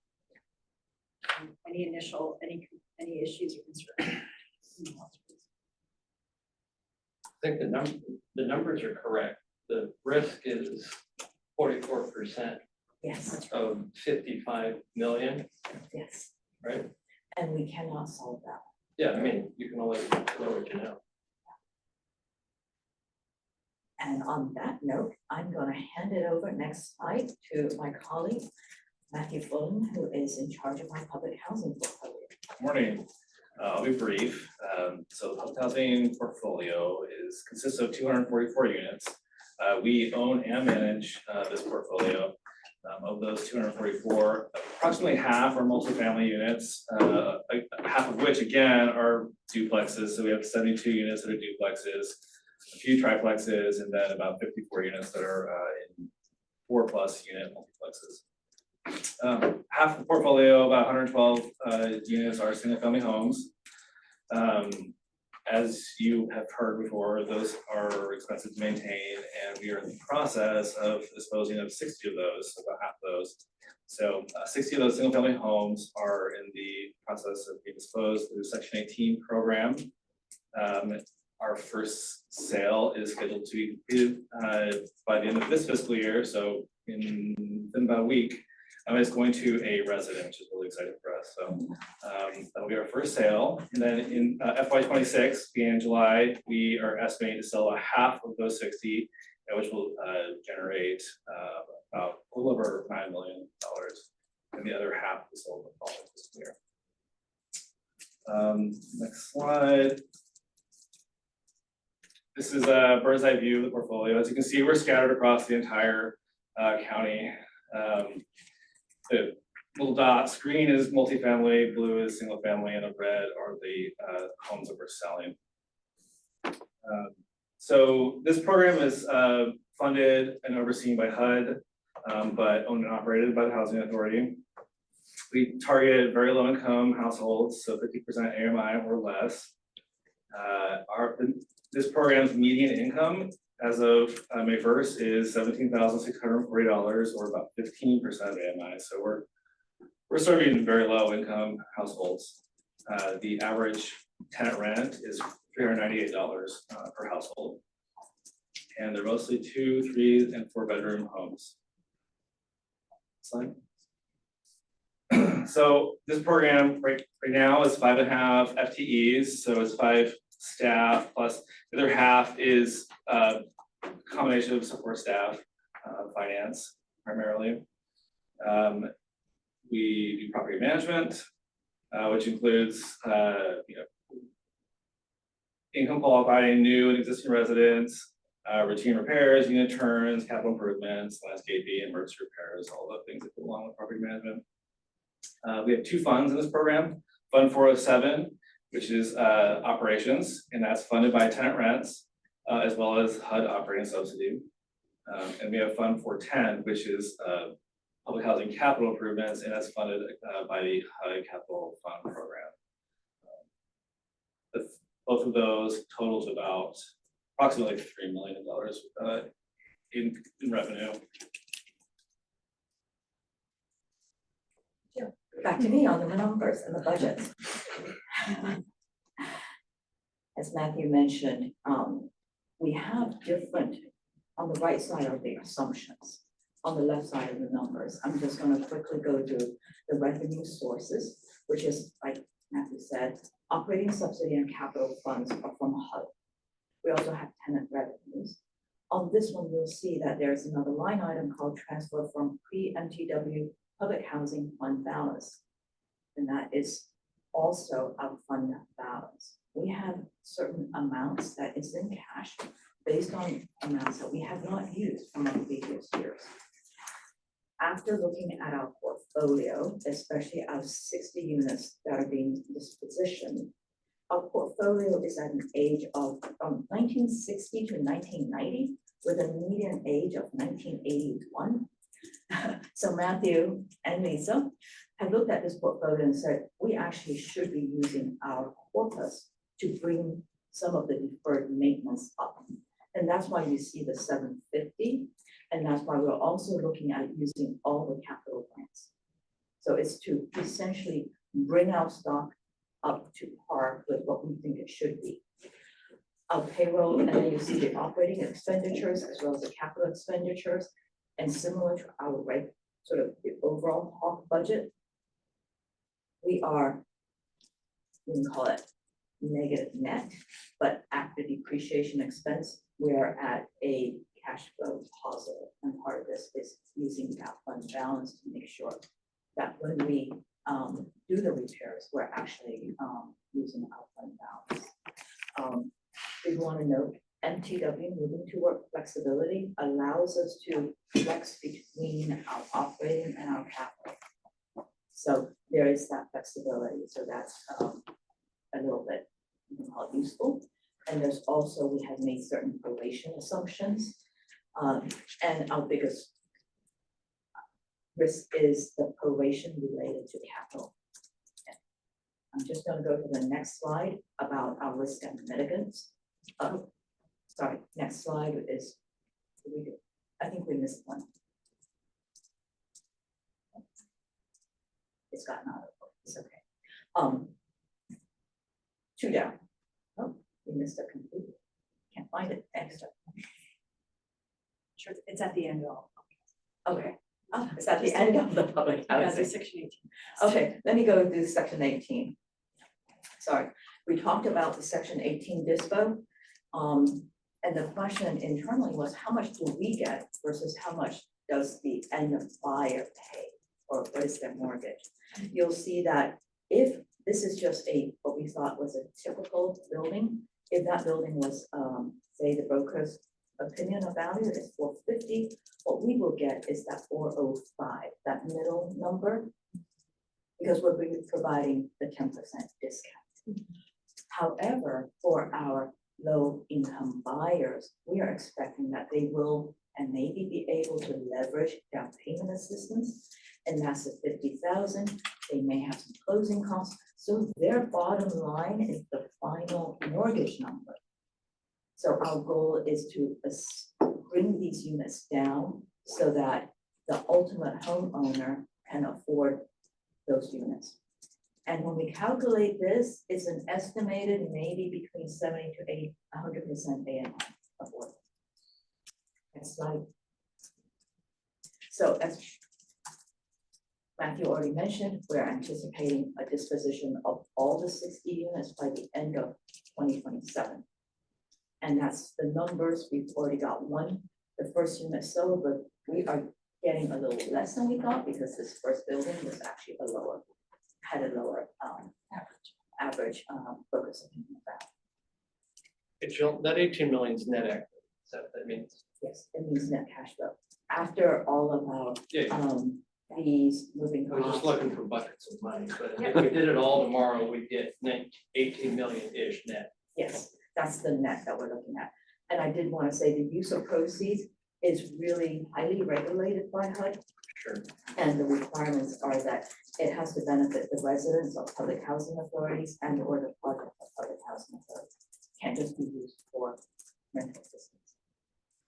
Next slide. So in terms of talking about the risk and mitigants, we do know that there's public housing probation issue considerations, especially with the executive orders coming down. And we're looking at what we consider conservative budgeting, especially when it comes to our capital and the use of our called funds, our reserves. There's also some potential risk related to the Section 18 disposition. This is highly dependent on market values as well as interest. So that means the estimated focus opinion of value, it could plummet. Or we could be in great shape and it could go to over $500,000. So it's really variable. And then the last is with the reduced portfolio, HUD, their reimbursement to us is based on number of units. So as our number of units go down, our operating funds as well as the capital goes down. So we collectively are trying to manage that to the best of our abilities, including making sure our portfolio is for stabilized and in good condition as well. So with that, with us, any initial? Gotcha. Quick question, so when on the Section 18 homes, the asking price, is it tied to the broker's price opinion? Is that the initial ask and then it's negotiated? Yes, we first look at the focus of value. Thank you. Sorry. On the foot. Well, the disposition of the funds, can those go into retaining other properties that might? Yes, and one of the uses of the Section 18 disposition is projects of the Public Housing Authority. In there included new construction, acquisition, and rehab. And this is where I'm going to flow to my colleague, Lisa Barron, because we are actually using our Section 18 dispo for one of our rehabs. I'll say mine. Okay. I mean, it's not a sneaker question, I was just trying to facilitate time. Get some good press about that sale, that's awesome that someone got to stay in their home. Yeah. Yeah, exactly. We actually now have 3 households. Oh, that's very cool. Hopefully it'll all go through. Good morning, I'm Lisa Barron. I am the real estate division manager, she, her pronouns. The work that we do in real estate, the real estate division includes public housing, property and asset management, real estate development, and what I call our owned and operated non-public housing group, which is what falls under our asset management. So what you've seen in the presentation so far is our work group. So public housing, which Matthew presented, and then I'm going to present affordable housing development and our owned and operated portfolio. So here is our pipeline of affordable housing development. We're really moving in the direction of focusing on large multi-family projects versus any other kind of development, as well as permanent, supportive, and transitional, which are also large multi-family projects. But we've attempted a categorization here. So the large multifamily projects that properties that are currently in development, we have the 2 AHP properties, which are limited partnerships, but they're kind of borderline pipeline because one is done and converting to perm and one is almost done and converting to perm, so they're not on this list. But we have Wood Spring, which is 172 unit property that is preservation deal. We have Aloha 209, which is an 85 unit new construction, and then Northwest Brugger and Elm Street are two properties that are undeveloped that we own that we're currently assessing for feasibility. I'm gonna skip to Collins Silver. We have permanent supportive and transitional housing. Heartwood is a 100% PSH property. I believe it's the only large scale 100% PSH property in the county. We have 54 units, and we're going through a phase 2 renovation where we're doing systems upgrades, whereas in the past it was the work that was done on the building was to make it so that it could be occupied, but now we're making it so that it was in years. We also are in an acquisition PSA right now for Forest Grove PSH, and we have acquired the Cornell Road transitional housing. So those two boxes make up kind of the large multifamily property, so to speak, or large properties that we're working with. At the same time, as you kind of saw in our real estate strategy, we're evaluating our existing properties, our small multifamily and our single family duplex properties to identify which of those properties we should retain, which of those properties we should repair, and which of those properties we should redevelop, if I can elaborate on that. So next slide. This is just a kind of timeline of what our developments look like. We really were hoping to convert to PERM this month for HP4, and then we're in the acquisition and due diligence phase for the PSH site. We're currently looking at site planning and environmental remediation as kind of our two biggest feasibility concerns. And then this summer and into the fall, we're going to be converting, doing our construction loan closing for Wood Spring and closing out AHP2. So Aloha 209 and Forest Grove PSH are slated for next year in terms of getting started on construction, and then after that, we're looking at the Northwest Brugger and the Elm Street properties. What you're not seeing here actually is that Heartwood will probably start construction in the fall for its phase 2. Next slide. So this is an overview of our project team. We have that other half a person from that's budgeted from Matthew's team. We've recently reconfigured the existing FTEs to kind of have job descriptions and personnel that really kind of match to a development function. We have 7 projects, a pipeline of about 1,000 units, count the HPs. We utilize a variety of sources for our work, which I'm going to get into more detail on the next 2 slides. The 414 fund, which is the local hawk fund, the 415, which is the Section 18, which we just talked about, the 219, which is the Metro Affordable Housing Fund, and the 221, which is the Supportive Housing Services Fund. So we are proposing about $21.8 million to draw down this fiscal year for our projects. Typically in an affordable housing deal, and the way that we're structuring these is that you will see investments from the general partner, which we are in these projects, either as sponsor equity or sponsor loans to the project, and there are different tranches or tiers of loans as the project progresses. Next slide. Okay, so this is the uses slide. I'll pick Jaws up off the drawer later. But this is really, across the top is the funds that we're utilizing. And down the left-hand side is a project that we're utilizing those funds for and the purposes. We're looking at a $1.2 million sponsor contribution, which was committed to early on in the project as sort of the remainder of the sponsor loan on that project. And so that will be happening actually this month. So I'm not sure it'll flow into next fiscal year. And Then with the Wood Spring recertification, we'll be utilizing funds from the Section 18 disposition, 5 million, plus some home funds. ALOA 209, we've already committed a 2.5 million pre-development loan, but we haven't started drawing down on that, so we'll draw down on that next fiscal year. Heartwood, we are anticipating 3.5 million from the Metro Affordable Housing Bond, which is Fund 219, and the same with PSH Orange Grove. We're anticipating 2.5 million from Metro as well.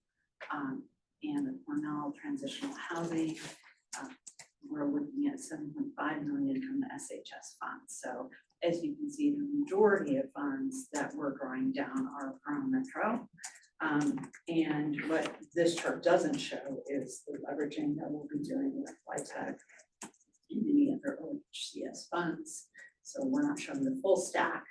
We're just showing for budget purposes what's being drawn down here. Next slide. This slide is the sources, so that slide was the uses. And what you'll see here is that we're accounting for cash flow. So Fund 414 is kind of what I would say is like a general fund or unrestricted fund that we use here. Quantama and other projects, we expect income coming in from them. This doesn't show full income, but this is what would be utilized for next year's budget. And HP2 net developer fees at conversion. So 4.5 million will come from Fund 414, 9 million will come from the Section 18 disposition, DHS funds, 6 million from the 6 million and 7.5 million from Metro, and 600,000 from home. You'll see that there's a balance remaining. So we're showing that the Section 18 dispo is anticipated to bring in 8 million next year. We're planning to utilize 5 and to hold on to 4. Fund 414 is anticipated to bring in 4.5 million, and we have about 800. Next slide. I just want to say we have 10-minute time check. Yeah. I know a lot of people in the room are already familiar with development risks, site acquisition, development design, financing, construction. Tightly managed is kind of maybe the best way to say what our mitigants are on these, is to tightly vet and tightly manage our work. Next slide. Okay, so that's the operations side. I'm going to pause for just a minute and see if anyone has any questions on development.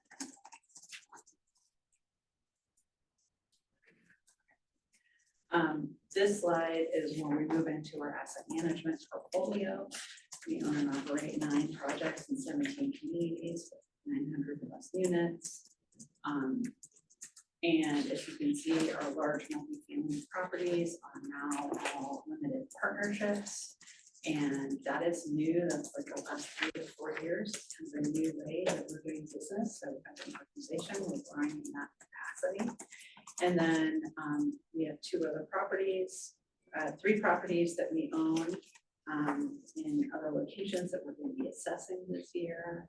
And then 2 Hartwood Commons and Cornell Hotel, which will be transitional housing. So that's our portfolio. Next slide. Now I'm going to hand this over to Joe to talk about. Yes, more numbers. Okay, this is just our operations of the projects that are currently on the Housing Authority books. This does not include any of our limited partnerships, which is the 10 projects, meaning the HP4 and also phase 2. So this is just our current operations. You'll note that there is mostly rental income and other revenues, and that's mainly from our cash flow and fees from our limited partnerships. The largest portion of that, as Lisa mentioned, is the Quantama fees. That's a big generator of that income. We are also looking to take out the Wood Spring for the resyndication by September 30th. And we also have a separate budget for managing the net cash flow on Heartwood. Heartwood actually right now It's just barely cash flowing, I shouldn't say barely, it is just cash flowing. And you'll see from our left side that on a, operating, sorry, can you go back one slide? On an operating basis, our total net is a negative 2.3. And as John mentioned, if we added back the depreciation expense, that's almost 3 million. And the depreciation expense is primarily from 3 buildings: Whispering, Heartwood, and the Cornell Road property. Whispering will be taken off, so our depreciation next year will change significantly. But we are, after all that depreciation, cash flow about a little over 600,000. This does not include all the reconfiguration of our portfolio that's going on. So just wanted to go into next slide about our risk and mitigants. Talking about operating risk, you've all heard about this in terms of rising cost, rents being high, but cost being high. One of the rent issues that we are facing is that Oregon Housing and Community Services has a fixed 5% maximum increase in all of our rents. So even if expenses are going at 10%, our rents can only go at 5%. So there is that crossing over is faster than we think. Tenant-related risk, we all know about, our PSH units are very hard coming out of COVID. Even those buildings that are not PSH have high needs. Property management, as a result, is also hard. We have difficulty, the whole industry has difficulty with property management.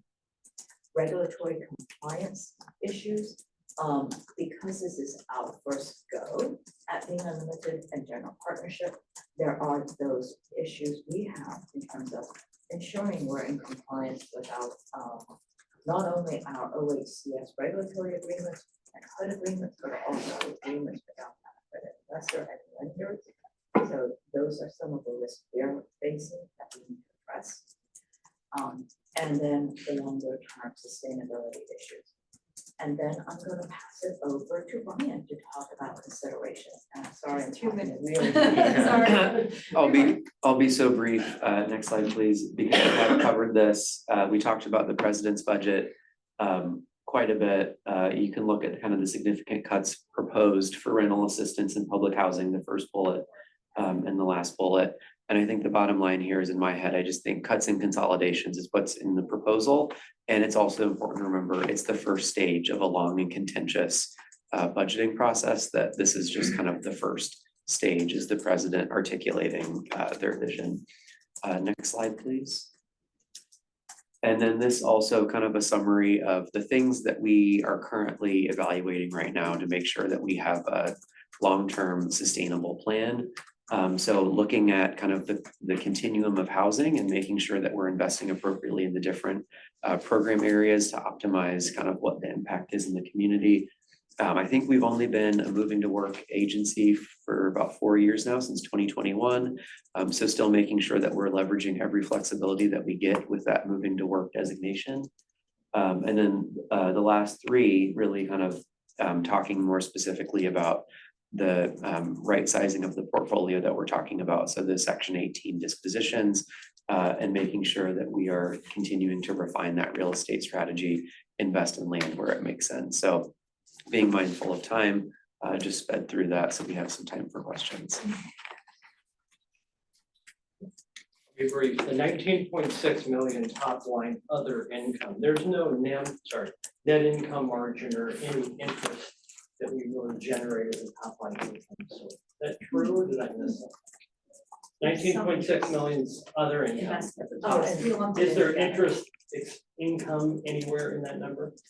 We lump it together and we get the numbers from our central accounting because we don't manage our funds. So for example, all the SHS money and the affordable housing bond money, I guess, just like how.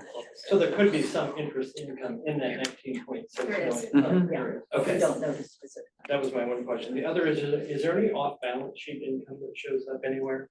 mean, the partnerships, things like that, that Off could balance be, sheet shows up in that other income that I It was does. talking about, like Katama. okay. Just like any of our investments, where we're a special limited partner, or any. I wasn't sure about the partnership, so great. And finally, do we have other lenders that we would like to expand? I think the answer is always yes, but I know the people at First Tech Fed Credit Union really well, right? They're the 9th largest credit union in the country and they're a foot from us. Are we pursuing other lenders or do we have enough?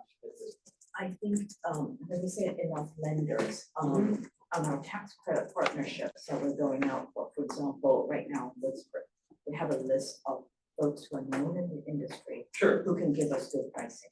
Yeah. Because, we are going, Put us in touch. yeah, Mhm. put us in. Yeah, it just hits me that their whole mantra is financial stability and security for all people. Yeah. And they're a foot from us. Yeah, let us know. Okay, thank you. So the point of today's meeting was for the committee to recommend Hawk taking this to the board for approval. One big thing real quick, the risk of if that 44% cut happens, a clarification that it's not like you're gonna have to come up with $150 million to cover those vouchers get cut, unfortunately, is what it is, right? And obviously there's staffing implications of money coming in managing those vouchers, but it's not $150 million risk, it's just unfortunately. It's a $55 million. Yeah. Because that's how our housing vouchers. Or $50 million risk, but that's not your budget. You won't have to carry that money, find that money. We would be like the 3,000 housing authorities across the country having to make some dire decisions. That's why I asked about reserves and other buckets of money. Right? Well, on that, I have a question. So like my organization has done a mid-year budget the last few years because things change so much. If there is some drastic cut like this, would there be like a revised budget?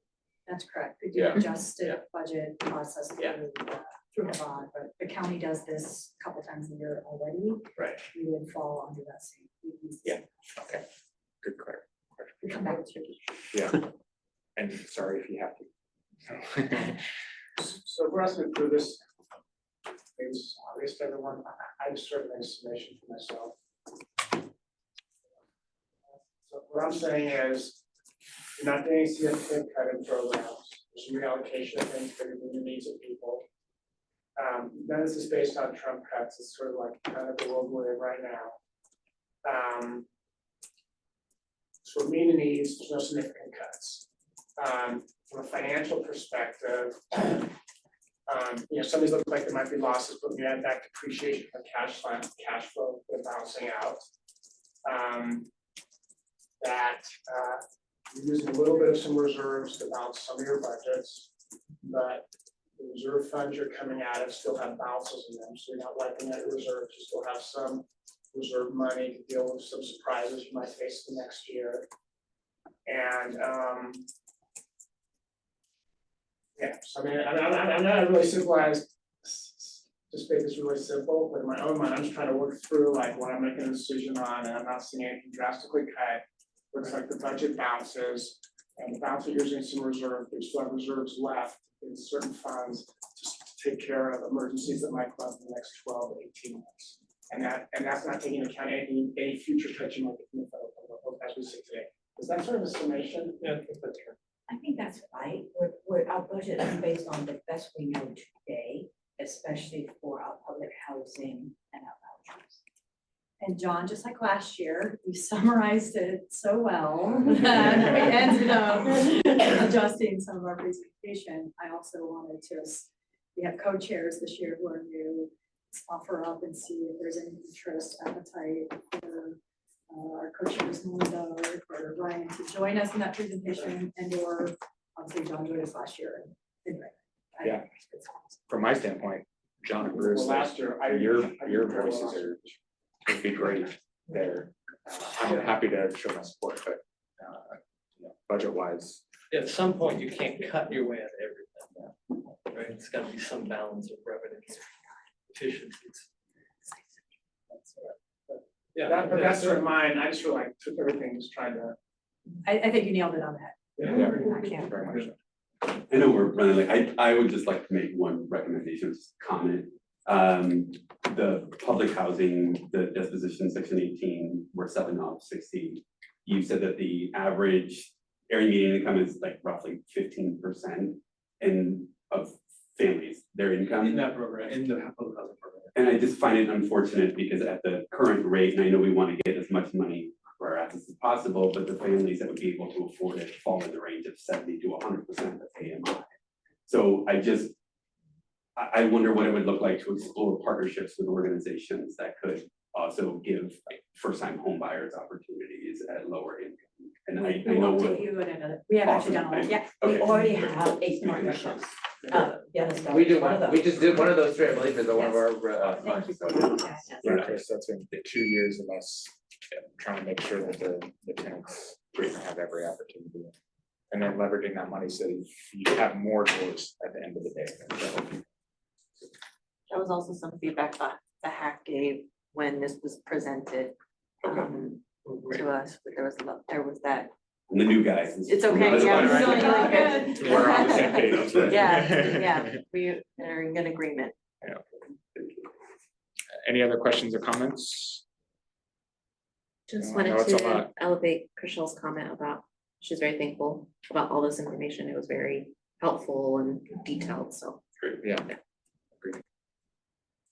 So now I would like to request a motion to recommend the fiscal year 2025-2026 Housing Authority of Washington County budget for submission to and approval by the Housing Authority Board of Directors. So move. Second. So the motion has been recommended.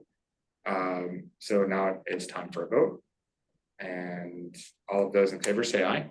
Aye. And all of those opposed say nay. Any abstains? I'm gonna abstain just as a chair. But the motion carries. Thank you all very much. Thank you, that's a great presentation. Do we need to officially close the meeting as well? Okay, so now we need another one. A motion to close the meeting. Second. And a second. Do we need to vote or is it just No. closed? And that closes it. We don't need to vote. All right, thank you. Otherwise, we have to stay here forever. Yeah. Have a good day, everyone. Thank you.